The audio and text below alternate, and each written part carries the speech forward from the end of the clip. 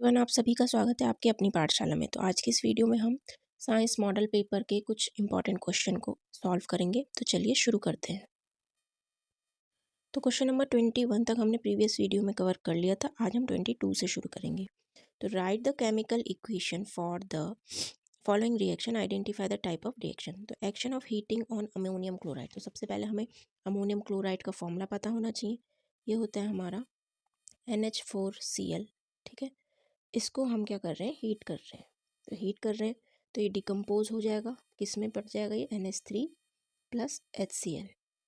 Reaction का name भी लिखना है हमें, identify the type of reaction. तो ये हो जाएगी हमारी डीकम्पोजिशन रिएक्शन। ठीक है, क्योंकि इसमें डीकम्पोज हो रहा है, NH4Cl NH3 और HCl में ब्रेक डाउन हो रहा है। ठीक, reaction of calcium oxide with water. Calcium oxide की हमें वाटर से रिएक्शन करनी है। ठीक है, तो ये हो जाएगा हमारा कैल्शियम ऑक्साइड प्लस H2O। इसका हो जाएगा हमारा क्या बनेगा, कैल्शियम हाइड्रोक्साइड प्लस क्या निकलेगा, हीट। इसमें हीट रिलीज होती है, तो ये कौन सी रिएक्शन हो जाती है, एक्सोथर्मिक रिएक्शन। ठीक, तो ये हो जाएगा। नेक्स्ट है हमारा हीटिंग ऑफ जिप्सम। नेक्स्ट है हमारा हीटिंग ऑफ जिप्सम। जिप्सम को हम हीट कर रहे हैं, तो जिप्सम का फॉर्मूला पहले पता होना चाहिए। इसका फॉर्मूला होता है CaSO4.2H2O। ये होता है जिप्सम का फॉर्मूला। इसको हम हीट कर रहे हैं, है ना। तो हीट कर रहे हैं तो हमें पता है जिप्सम कितने डिग्री सेल्सियस पे हीट होता है, 100 डिग्री सेल्सियस या 373 केल्विन या फिर 100 डिग्री सेल्सियस, दोनों एक ही चीज़ है। तो इससे बनता है हमारा क्या, plaster of Paris, CaSO4.1/2H2O। And हमारा रिलीज क्या होता है, हमारा 3/2H2O, ये अलग हो जाता है। ठीक है, तो ये हो जाएगी इसकी रिएक्शन। और ये भी कौन सी है, डीकम्पोजिशन रिएक्शन। ठीक, तो ये ध्यान रखेंगे। On putting iron nail on the copper sulphate solution, तो क्या होगा, कॉपर सल्फेट सोल्यूशन हमारा क्या होता है, CuSO4। कॉपर सल्फेट सोल्यूशन में Fe ये रखेंगे, तो क्या बनेगा हमारा, FeSO4 प्लस Cu। ये कॉपर को रिमूव कर देगा उसके सोल्यूशन में से। ठीक, नेक्स्ट क्वेश्चन, एल्केन एल्किन और एल्काइन का हमें एल्काइन का फॉर्मूला लिखना है। तो ये एल्केन का हो जाएगा CnH2n+2, है ना।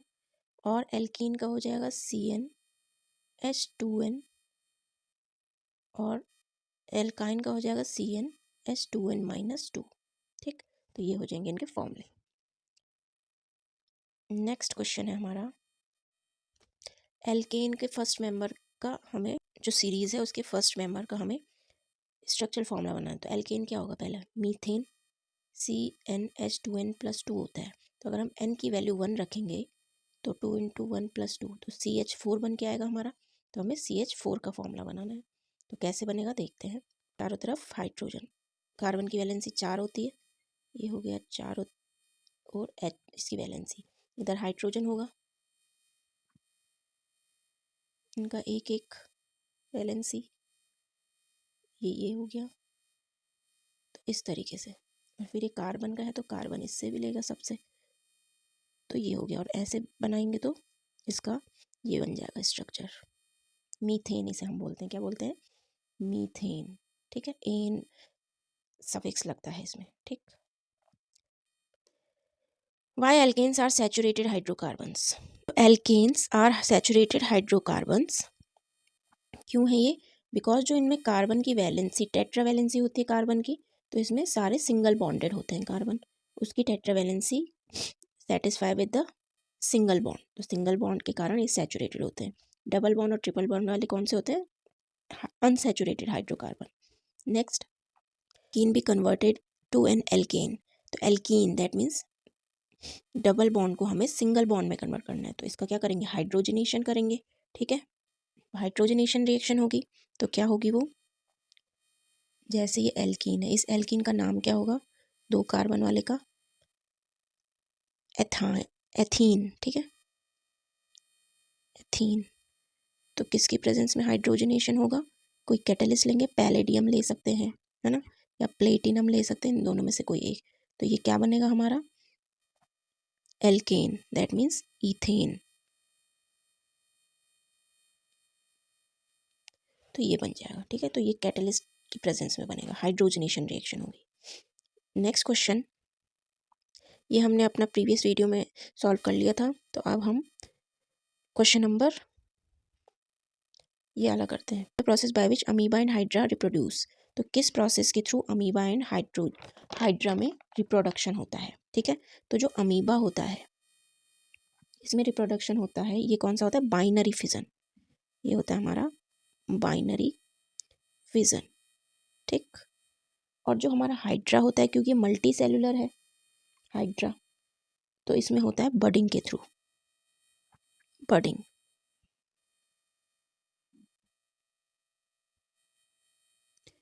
अमीबा यूनिसेलुलर होता है, हाइड्रा मल्टी सेलुलर, तो ये ध्यान रखेंगे।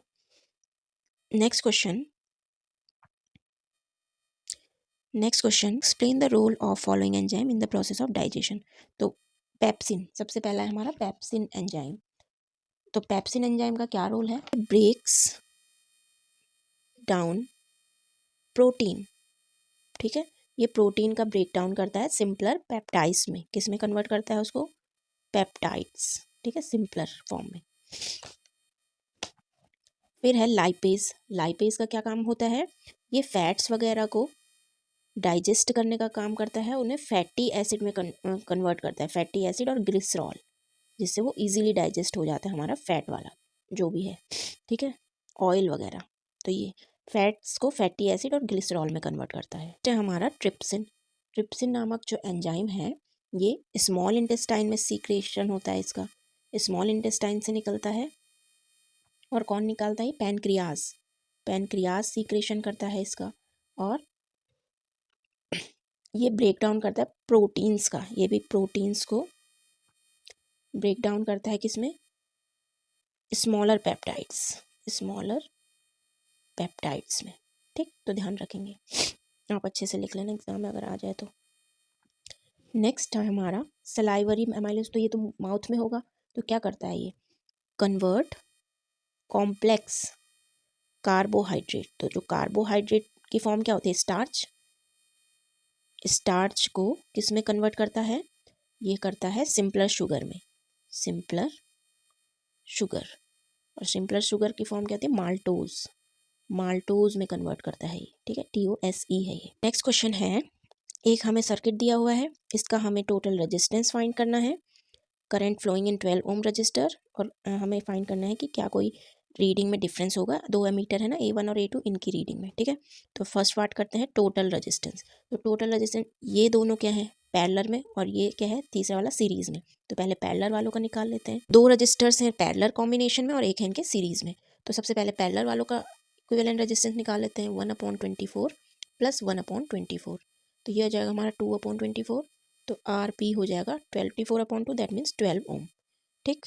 अब ये पूरा इसका क्या हो जाएगा, रिजल्टेंट 12, और ये वाला अगला वाला सीरीज में है, तो फाइनल रेजिस्टेंस क्या हो जाएगा, 12 + 12, ये हो जाएगा 24 ओम, क्योंकि सीरीज में क्या होता है, R = R1 + R2, ठीक। तो R रिजल्टेंट कितना आ गया, 24 ओम। अब हमें फाइंड करना है करंट फ्लोइंग, 12 ओम के रजिस्टर से कितना करंट फ्लो हो रहा है। तो I = कितना होगा, V/R, है ना। तो 12 ओम के रजिस्टर से कितना फ्लो होगा, ये हमारा हो जाएगा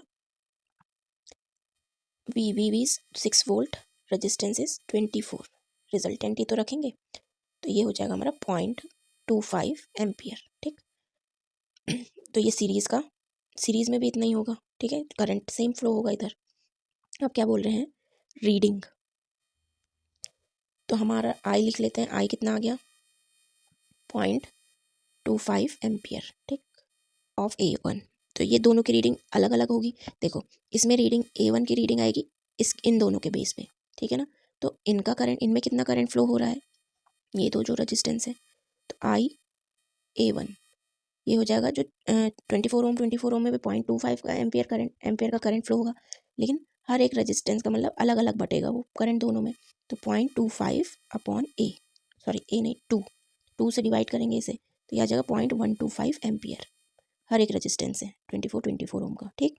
ऐसी अगर हमारी IA2 दूसरा रीडिंग ये है जो, इसकी रीडिंग हम निकालेंगे, तो इसकी रीडिंग हमारी होगी जितना करंट फ्लो हो रहा है डायरेक्ट 0.25, क्योंकि इसमें सिंगल रेजिस्टेंस है, सीरीज में जो लगा 12, तो इसी का तो मेजर करेगा ये, तो 0.25 एम्पियर, तो ये हो जाएगा। तो दोनों का क्वेश्चन पूछा था ना, is there any difference, yes there is difference in the readings of A1 and A2, ठीक है। तो इसका 0.25 हो गया A2 का, और इसका हो जाएगा 0.125 एम्पियर, तो ये ध्यान रखेंगे, अच्छा क्वेश्चन है। हमारा नेक्स्ट क्वेश्चन है, what are magnetic field lines. क्या होती है मैग्नेटिक फील्ड लाइंस? दो मैग्नेटिक फील्ड लाइन कभी भी इंटरसेक्ट क्यों नहीं करती हैं, और magnetic field lines are closed curve, इनका हमें स्टेटमेंट को जस्टिफाई करना है। मैग्नेटिक फील्ड लाइंस आर, क्या कौन सी लाइनें होती हैं ये? इमेजिनरी लाइंस, है ना, used to represent the direction and strength of magnetic field. तो ऐसी कुछ होती है मैग्नेटिक फील्ड लाइंस, है ना, ये नॉर्थ पोल होता है, ये साउथ पोल होता है, नॉर्थ से साउथ की तरफ ऐसे ऐसे, ठीक। तो ये होती है magnetic field lines.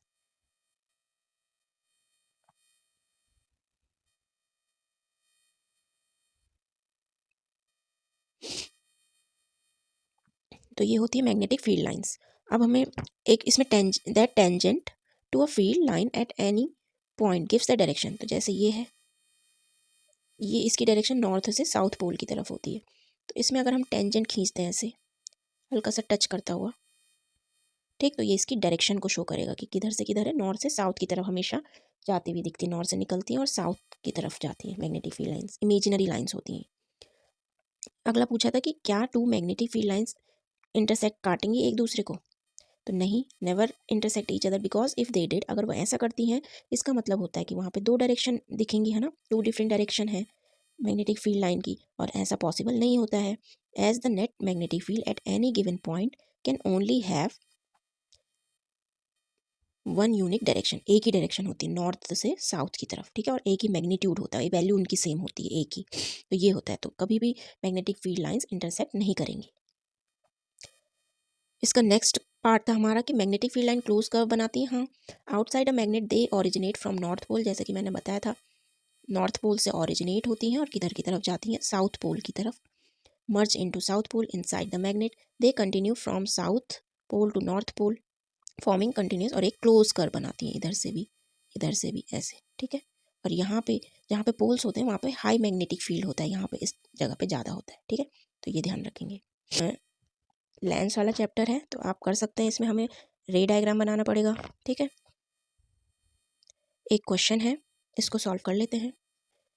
5 centimetre size हमें दे रखा है, that means h height of object हमें गिवन है 5 सेंटीमीटर, 24 सेंटीमीटर कॉनकेव मिरर के फोकल लेंथ पे रखा है, तो u हमारा कितना हो जाएगा -24 सेंटीमीटर, ठीक है। फोकल लेंथ नेगेटिव होगी, कॉनकेव मिरर है क्योंकि, तो 16 सेंटीमीटर, ठीक। At what distance mirror should be a screen should be should a screen be placed in order to obtain a sharp image. तो नेचर ऑफ इमेज निकालना है, तो हमें फॉर्मूला पता होना चाहिए, पहले हमें v निकालना है, 1/f equal to 1/v plus 1/u, ठीक। 1/v इक्वल टू कितना हो जाएगा 1/f minus 1/u, put the values 1/-16 minus 1/-24, तो इसका एलसीएम कितना आ जाएगा माइनस माइनस प्लस 24, तो ये हमारा एलसीएम आ जाएगा 16 24 का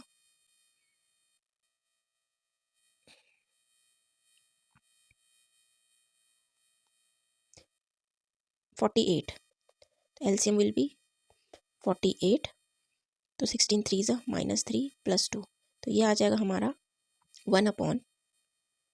1/v इक्वल टू -1/48, ठीक।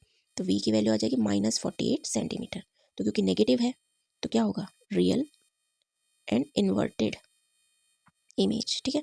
और हमारा एच आई हमें निकालना है, एच ओ हमें गिवन है कितना 5 सेंटीमीटर, तो अगर हमें मैग्नीफिकेशन निकालना है तो m इक्वल टू क्या होता है v/u माइनस का इक्वल टू HI/HO, ये तो होता है height of image upon height of object, तो v/u, v कितना है हमारा -48, और ये माइनस पहले से ही लगा एक, और u कितना है हमारा, ये है हमारा 24 सेंटीमीटर, माइनस का विद साइन रखेंगे।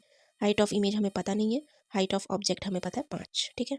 तो ये माइनस से माइनस कैंसिल, 24 टू ज़ा, तो h i equal to minus के 5 टू ज़ा 10, माइनस का 10 सेंटीमीटर। तो एच आई की वैल्यू हमारी कितनी आ गई, एच आई की वैल्यू हमारी -10 centimetre. That means image will be, क्या क्या प्रॉपर्टी हो जाएंगी इसकी, इमेज की साइज और नेचर क्या हो जाएगा, रियल, क्योंकि नेगेटिव है, माइनस में आया है, इन्वर्टेड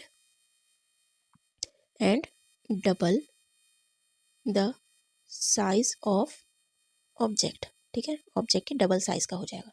तो ये इसका नेचर हो जाएगा और साइज हो जाएगा। तो ये हो गया आंसर। नेक्स्ट क्वेश्चन है लास्ट, तो इस क्वेश्चन को भी कवर कर लेते हैं। लास्ट क्वेश्चन बचा है केस बेस्ड, ठीक है। तो क्या बोल रहे हैं, ये हमें डायग्राम गिवन है। A science teacher conducted an experiment with potted plant. Part A of an leaf was enclosed jar. तो A जो पार्ट है ये डायग्राम में देखेंगे, enclosed in a jar containing soda lime. तो ये एक पत्ती जो है वो एक जार में कंटेन है जिसमें सोडा लाइम रखा हुआ है। पार्ट बी में same leaf was left in open, तो दूसरी लीफ को खुला छोड़ा हुआ है, ये रही। तो the pot was expose in bright sunlight, उसको सनलाइट में रखा जाता है, ठीक, ये रहा सन। फिर afterwards the teacher applied the iodine test to both parts of plant, तो दोनों में आयोडीन टेस्ट करके देखती है टीचर। तो part be turn blue black और पार्ट ए डिड नॉट। तो पार्ट ए जो पत्ती रखा है, जो किसके सोल्यूशन में रखा, सोडा लाइम के जार में, उसका कोई भी कलर चेंज नहीं होता। जबकि जो पार्ट बी है वो आयोडीन के टेस्ट में ब्लू ब्लैक कलर का हो जाता है। तो इसका हमें आंसर निकालना, पूछे हैं क्वेश्चन कि which gas required during photosynthesis is observe by soda lime. ठीक, सोडा लाइम के एब्जॉर्प्शन से कौन सी गैस रिलीज होगी फोटोसिंथेसिस के दौरान। Why did part B blue black after iodine test, ये क्यों कन्वर्ट हो जाता है ब्लू ब्लैक में आयोडीन टेस्ट के बाद। और what role of this gas in the process of photosynthesis. तो ये 3 क्वेश्चन का आंसर हमें देना है। सो विच गैस रिक्वायर्ड ड्यूरिंग फोटोस, पहला क्वेश्चन, ठीक है। तो सोडा लाइम, तो इसमें कौन सी गैस हो रही है, CO2 गैस, जैसे कि हम क्वेश्चन में देख सकते हैं। तो फोटोसिंथेसिस के दौरान भी इस गैस का यूज़ होता है। तो फर्स्ट का हो जाएगा। सेकेंड पूछा है पार्ट बी में जो टर्न हो रहा है ब्लू ब्लैक कलर का पत्ता आयोडीन टेस्ट के साथ, ऐसा क्यों होता है, क्योंकि इस वाले ये जो पत्ता है इसमें स्टार्च की प्रेजेंस है, और स्टार्च की प्रेजेंस में जब भी आयोडीन टेस्ट स्टार्च पे किया जाता है तो वो किस में कन्वर्ट हो जाता है, ब्लू ब्लैक कलर में, ठीक। थर्ड है हमारा what is role of this gas, तो CO2 गैस का क्या रोल है फोटोसिंथेसिस में। तो ये सिंथेसिस ऑफ स्टार्च करता है, स्टार्च का सिंथेसाइजेशन एज अ रॉ मटेरियल, ठीक है। तो ये इनके आंसर हो जाएंगे। अच्छा है, केस बेस्ड ध्यान रखेंगे। तो इसी के साथ हमारा ये मॉडल पेपर समाप्त होता है। In the next video we will solve the next model paper on this pattern, ठीक है। तो ये न्यू एग्जाम पैटर्न पे बेस है। तो इन क्वेश्चनों को अगर आप करेंगे तो एग्जाम टाइम में काफ़ी आपको हेल्प मिलेगी, एग्जाम का फॉर्मेट पता लगेगा कि कैसे कैसे क्वेश्चन बन के आ सकते हैं। If you like the video please like and subscribe my channel. Thank you.